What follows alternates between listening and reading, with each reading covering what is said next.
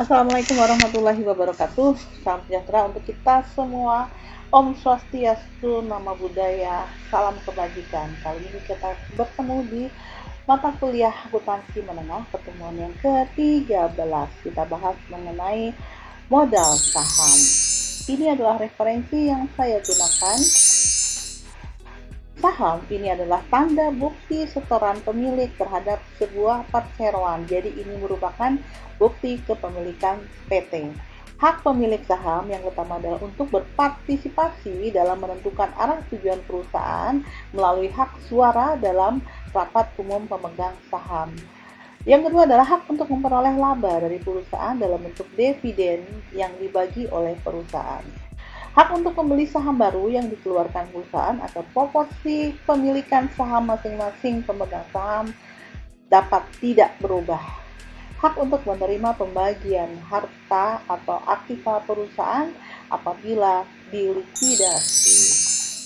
Selanjutnya besarnya hak pemilik PT di sini ada apabila perusahaan atau PT perseroan terbatas ini mengeluarkan satu jenis saham, maka hak pemegang saham mempunyai hak yang sama. Apabila lebih dari satu jenis saham yang dikeluarkan oleh PT, maka hak pemegang saham tergantung pada kontrak pengeluaran saham yang disetujui. Nah, dalam akte pendirian perseroan tercantum jumlah lembar saham yang akan dikeluarkan, jumlah saham yang disetor, dan nilai nominalnya. Kita lihat untuk jenis-jenis saham ini ada saham biasa, yaitu saham yang dalam urutan paling akhir pada saat perusahaan dilikuidasi. Jika saham yang dikeluarkan hanya satu, maka saham inilah yang merupakan saham biasa yang beredar. Kemudian ada sertifikat saham. Sertifikat saham ini merupakan sertifikat yang dikeluarkan oleh PT Dana Reksa yang merupakan sebuah perseroan yang didirikan oleh pemerintah untuk membeli saham dari perusahaan yang go public melalui pasar modal dan menjualnya kembali kepada masyarakat dalam bentuk sertifikat saham. Nah, untuk saham prioritas ini adalah saham yang mempunyai preferensi atau prioritas utama. Yang pertama adalah di sini ada beberapa ya. Satu adalah saham prioritas kumulatif, ada yang tidak kumulatif, prioritas partisipatif, ada saham yang prioritas tidak partisipatif, saham prioritas atas aktiva dan dividen pada likuidasi, kemudian ada saham prioritas yang dapat ditukar dengan saham biasa. Kita lihat satu persatu. Ini saham prioritas kumulatif, ini adalah saham prioritas yang dividennya setiap tahun harus dibayarkan kepada si pemegang saham. Apabila dalam satu tahun dividen tidak dapat dibayar, maka pada tahun berikutnya dividen yang belum dibayar tadi harus dilunasi dulu sehingga dapat mengadakan pembagian dividen untuk saham biasa pada tahun yang bersangkutan. Contoh, Tuan A memiliki saham prioritas kumulatif PT Zona Nyaman 10% nominalnya di sini, artinya 10% adalah prioritasnya adalah 10%, nominalnya 10 juta. Pada tahun 2019, PT Zona Nyaman merugi hingga tidak dapat membayar dividen. Tahun 2020 dia mendapatkan keuntungan misalnya 1 miliar. Berapakah dividen yang diterima Tuan A tahun 2020? Kita lihat dividen tahun 2019, 10% kali nominal ini yang dimiliki oleh Tuan A. Jadi ada 1 juta. Kemudian tahun 2020 di sini 10% kali 10 juta juga, jadi ada 1 juta. Nah, yang 2019 karena perusahaan rugi, berarti di sini kan tidak mendapatkan dividen untuk si Tuan A tadi. Nah, tahun 2020 di sini kan untung dia mendapatkan hak 1 juta, tapi karena di sini sahamnya adalah prioritas kumulatif, maka dividen yang diterima adalah pembayaran tahun 2019 dan tahun 2020, jadi ada 2 juta rupiah.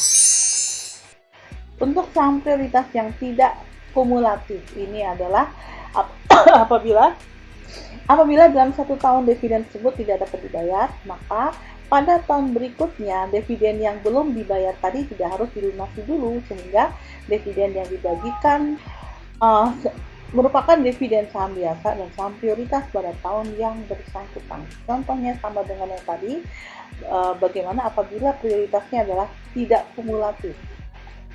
Ini saham prioritasnya tidak kumulatif, berarti ini soalnya sama ya. Jadi di sini dividen yang diterima ini hanya pada tahun yang 2020 saja. Jadi yang tahun 2019 tidak usah dibayarkan. Kemudian untuk saham prioritas partisipatif. Untuk saham prioritas partisipatif ini adalah saham prioritas yang memiliki hak yang sama dengan saham biasa dalam pembagian dividen setelah saham biasa mendapatkan dividen sebesar persen dividen saham prioritas. Contoh, PTRS memiliki saham beredar, saham prioritasnya nominal 1 juta, 10% berpartisipasi penuh, dan saham biasa nominal 2 juta. Pada akhir tahun 2020 dibagi dividen 540.000, itu pembagian dividennya. Yang pertama kali adalah kita lihat ini adalah saham prioritas, ini adalah saham biasa. Saham prioritas dia mendapatkan preferensi dulu 10% kali nominalnya 1 juta, jadi ada 100.000 rupiah. Kemudian karena di sini mendapatkan berpartisipasi penuh ya, berarti saham biasa ini juga mendapatkan hak yang sama 10% kali nominalnya dulu, jadi ada 2 juta ya kan. Kemudian kita lihat untuk yang saham biasa dan saham prioritas, kita lihat di sini kenapa 240.000 per 3 juta. 240.000 gini. Tadinya pembagian dividen di sini ada 540.000 sudah dibayarkan ke saham preferen ada 100.000, dibayarkan ke saham biasa 200.000, jadi dikurangkan sisanya ada 240.000 rupiah. Nah, 240.000 rupiah dari total berarti dibagi dengan 3 juta, jadi ada 8%. Nah, 8% ini milik si saham prioritas ini ada kali 1 juta, jadi ada 80.000 rupiah. 8% kali 1 juta. Kemudian saham biasa dia mendapatkan 8% kali 2 juta, jadi ada 160.000 rupiah. Jadi saham prioritas mendapatkan 180.000 rupiah, saham biasa mendapatkan 360.000 rupiah. Jadi kalau kita mau menghitung tarifnya, untuk yang saham prioritas di sini mendapatkan 180 dibagi dengan 1 juta dikalikan nominalnya, jadi ada 18%. Untuk saham biasa tarifnya ada 360.000 dibagi 2 juta, jadi 18%. Atau kita bisa mendapatkan langsung saja 540 dibagi totalnya 3 juta, ini ketemu 18% ya. Nah, pembagian dividennya untuk saham prioritas 18% kali nominalnya 1 juta, jadi ada 180.000 rupiah.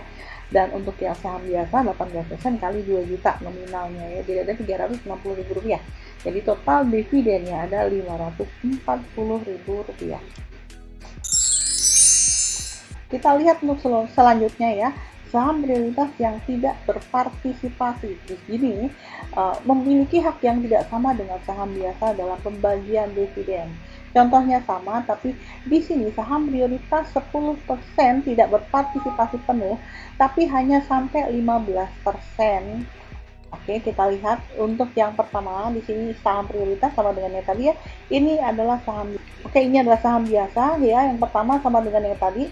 Untuk yang saham preferen dan saham biasa mendapatkan hak yang sama 10% dulu yang ini ya. Kemudian saham prioritas tidak berpartisipasi penuh hanya sampai 15%.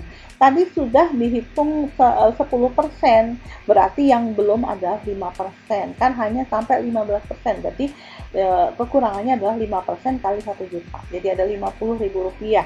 Sedangkan sisanya itu adalah milik saham biasa, dari mana 540.000 rupiah dikurang 100.000 rupiah, dikurang 200.000 rupiah, dikurang 50.000 rupiah, jadi ada 190.000 rupiah, sehingga total dari saham prioritas menerima dividen 150.000 rupiah dan saham biasa mendapatkan 390.000 rupiah. Sedangkan persentasenya adalah 150.000 dibagi dengan nominalnya. Untuk yang saham biasa adalah 390.000 dibagi dengan 2 juta, jadi ada 19,5. Jadi kalau kita mau menghitung pembagian dividennya, ya 15% kali 1 juta, dan di sini adalah untuk saham biasa 19,5% kali 2 juta, jadi ada 390.000 rupiah. Jadi total dividennya ada 540.000 rupiah. Selanjutnya, saham prioritas atas aktiva dan dividen pada likuidasi. Di sini, pada saat likuidasi saldo laba apabila tidak mencukupi untuk membayar dividen, maka pemegang saham ini tetap harus mendapatkan dividen tersebut yang saldonya dapat diambil dari modal yang disetor oleh pemegang saham biasa. Jadi ibaratnya dibayarin dulu sama saham biasa. Kemudian saham prioritas yang dapat ditukar dengan saham biasa. Pertukaran ini dapat terjadi jika dividen saham biasa lebih besar dari saham prioritas, ya. Selanjutnya, pencatatan modal saham kita akan pelajari di pencatatan modal saham akan kita pelajari di video selanjutnya, ya. Di sini istilah-istilah yang harus ada, ya. Ini saham yang dijual ini selalu dicatat sebesar modal saham sebesar nominalnya.